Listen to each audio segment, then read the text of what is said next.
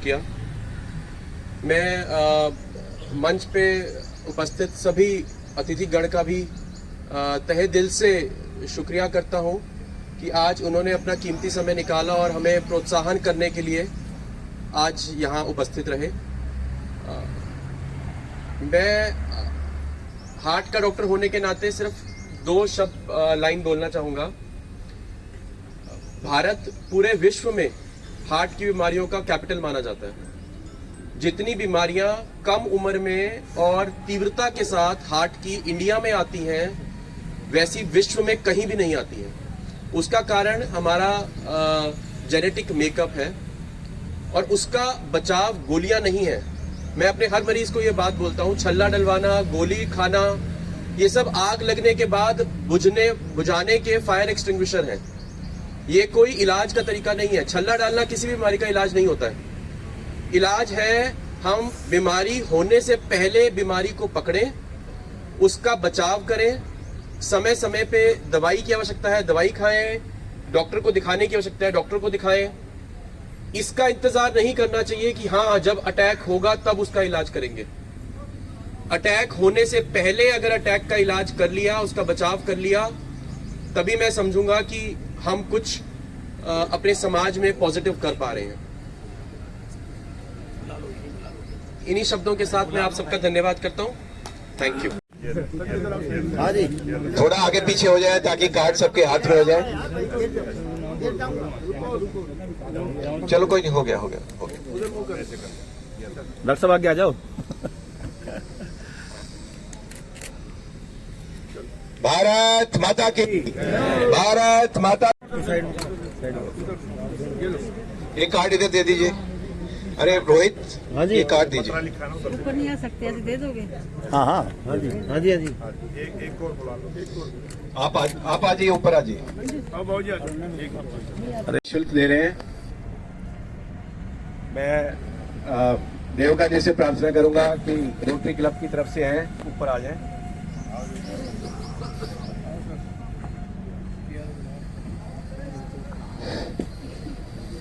आज के इस कार्यक्रम में बहुत सारी सेवाएं ऐसी हैं जो निःशुल्क दी जा रही हैं। निःशुल्क होगा, ईसीजी निःशुल्क होगी, ब्लड शुगर निःशुल्क होगी, हार्ट का एक स्पेशल टेस्ट है इको टेस्ट, वो निःशुल्क होगा। हमारे फेफड़ों के विशेषज्ञ डॉक्टर प्रदीप खोखर जी हैं। डॉक्टर प्रदीप खोखर जी फेफड़ों के विशेषज्ञ हैं। आइए सर, ऊपर आइए। ये हमारे फेफड़ा रोग विशेषज्ञ हैं। जिन लोगों को फेफड़े की तकलीफ है, निःशुल्क फेफड़े की जांच करेंगे।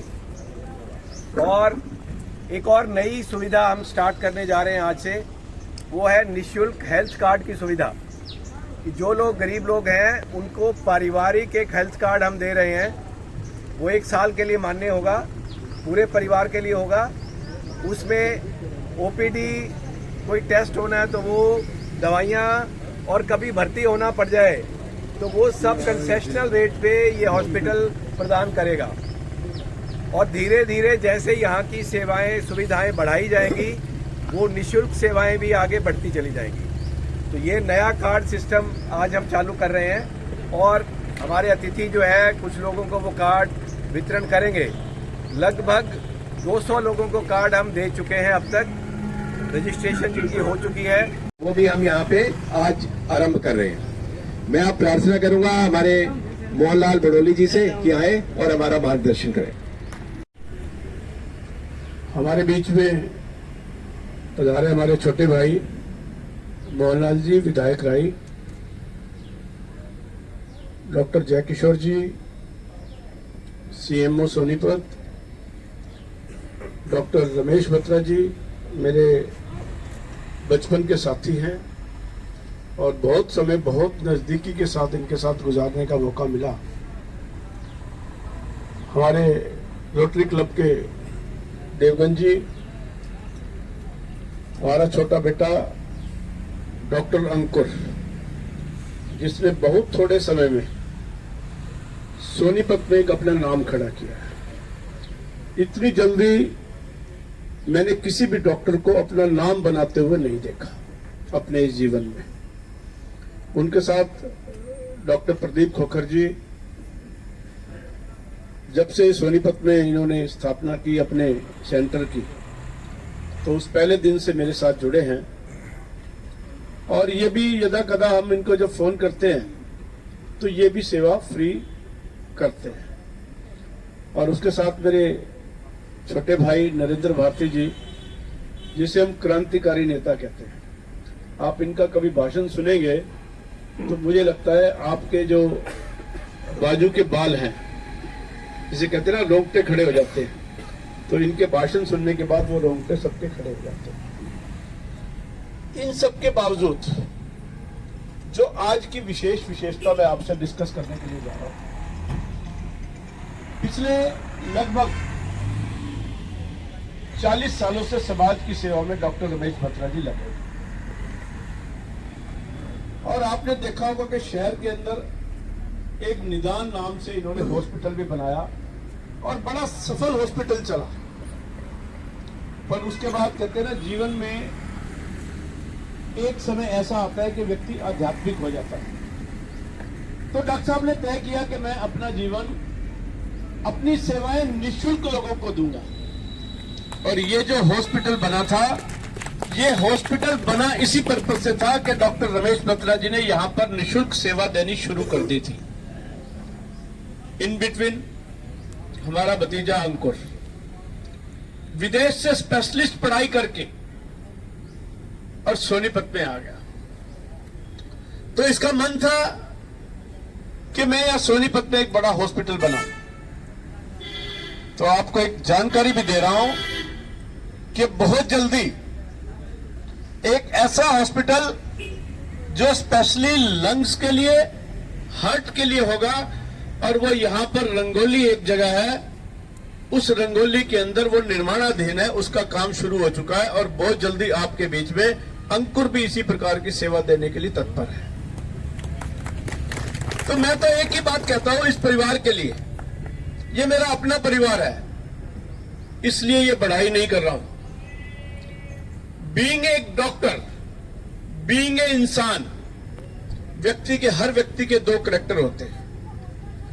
एक होता है प्रोफेशनल, जैसे मान लीजिए हम पॉलिटिक्स करते हैं, एक हमारा कैरेक्टर है पॉलिटिक्स का, दूसरा हमारा व्यक्तिगत जीवन का। तो उन दोनों चीजों में मैं ये समझता हूं कि डॉक्टर साहब ने जो अपने जीवन के 60 साल, 62 साल, 65 साल के हैं, जो अपना जीवन समाज के लिए इन्होंने समर्पित किया, वो बहुत ज्यादा प्रशंसनीय है, उसकी प्रशंसा करनी चाहिए। और विशेष करके जब इन्होंने अपनी डॉक्टर की शुरुआत की, तो हमारे यहां आरएसएस का एक प्रकल्प है वनवासी कल्याण आश्रम।